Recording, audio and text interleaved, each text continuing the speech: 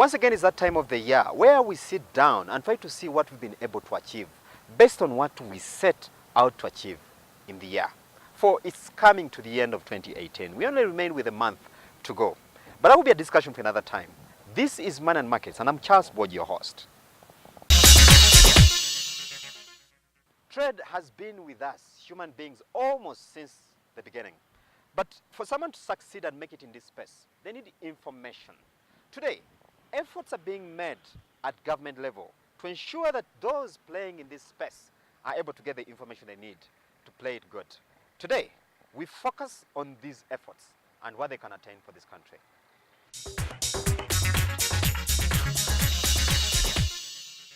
All right, Honorable Minister, give us an idea. What does this trade information portal entail? First of all, we have had a number of investors coming into this country. But in most cases, they just find themselves speculating about the investments they want to engage in because they don't have sufficient information. It's not only the foreign investors, but also the domestic investors, the MSMEs who want to start business. You find that they have to engage middlemen, which is a cost. So we have come up with the idea of a trade portal, which is an electronic platform which enables interested parties to access information on the procedures on how you can invest in doing business, or how you could invest in accessing that particular commodity or service. But then also you have information on the legal procedures, the regulatory and legal procedures that support that specific business you'd want to engage in. So let's look at the components. What does it entail exactly? In most cases, people do not know the tariffs or the taxes involved in dealing in a specific commodity. So the trade portal would offer that information on the procedures on how to access that service or commodity, the law, and the charges, and the logistics on how to transport that particular commodity from point A to point B. So what informed this particular process? Well, the reason why we decided to build on a trade portal was to ensure that we provide timely information, ensure that we bring out clarity but also simplification of some of the information that is associated with that product. But then also create linkages with the relevant agencies. Because if I want to go for certification, how do I link up with UNBS? How do I present my samples? So all that is the kind of information that we want to bring out that would help the MSMEs to grow. So how will it help in supporting, competitiveness of Uganda?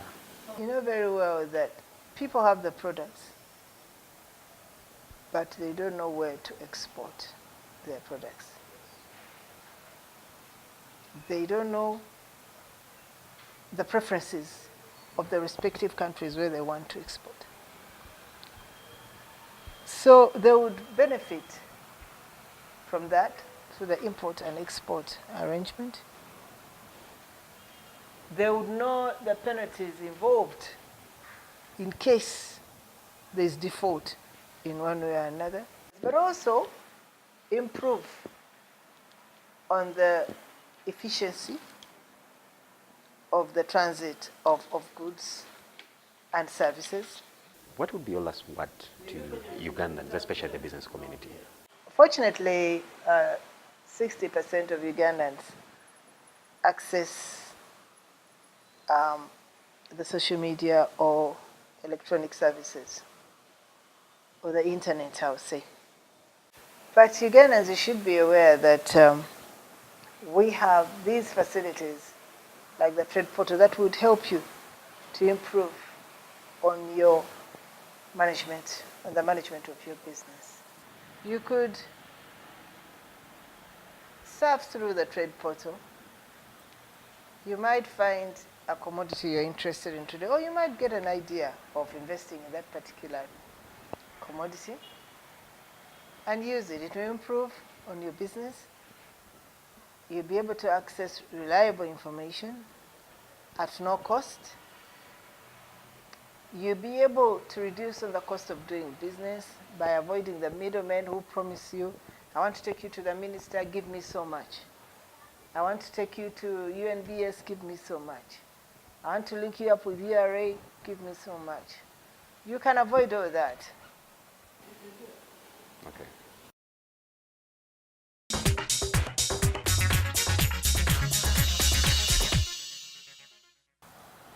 To many in business, the cost of money is one of the biggest challenges they're facing. Today, efforts are being made to ensure that this problem is sorted. The focus of this segment is exactly that.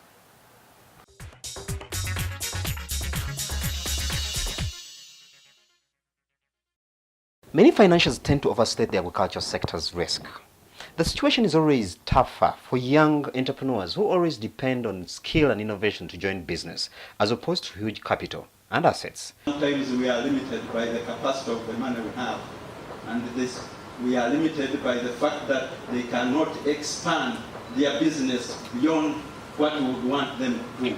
The issue of the cost of capital is again one of the challenges we try to bridge as children. For example, for this year's challenge, we've managed to raise 250 million from the private sector and development partners, precisely to bridge that gap between having nothing and starting something that's bankable. To thousands of young SME entrepreneurs like Kato, disappointed with the conventional financials, the remedy is now being sought elsewhere. As I get bigger, my enterprise gets bigger, I hope to produce face masks, body scrubs, and moisturizers that include coffee as a primary ingredient. Generally, I'm aiming at establishing a whole new skincare product line that will become a leading brand on the Ugandan cosmetics industry. Yeah, and if Curad is to give me any surplus funding, to use it for expansion of operations to go large scale. The government as well acknowledges that capital access is limited to only those that can afford it.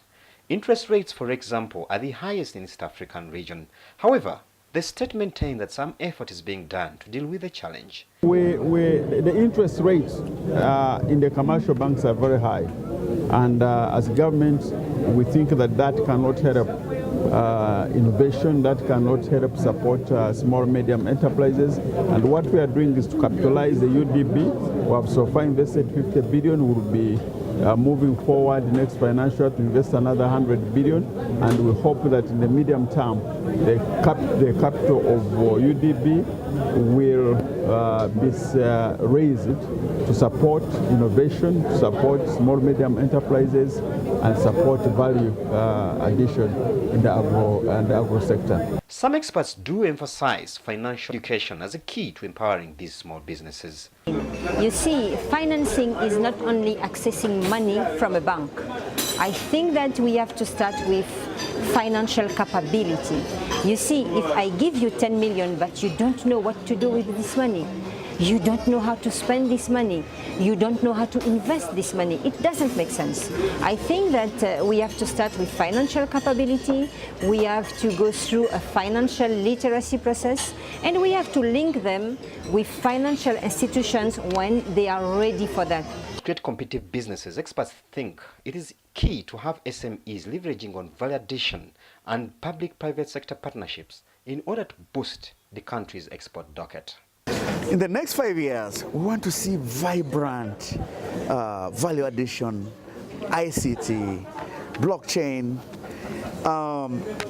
innovation that are driven by technology and information. So we want to see this whole enterprise development activity and innovation in the next 5 years to get that balance of payment, not only with Kenya, but even to the European Union and the US. And that can only be driven by starting and growing the SMEs that we're starting to nurture today. Kakooza's innovative products made out of adding value to coffee is just one idea that without capital support can remain on the shelf with just a small circle of clients.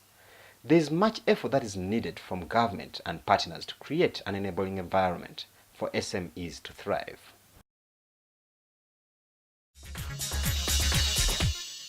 We'll now take a very short commercial break. Don't go away.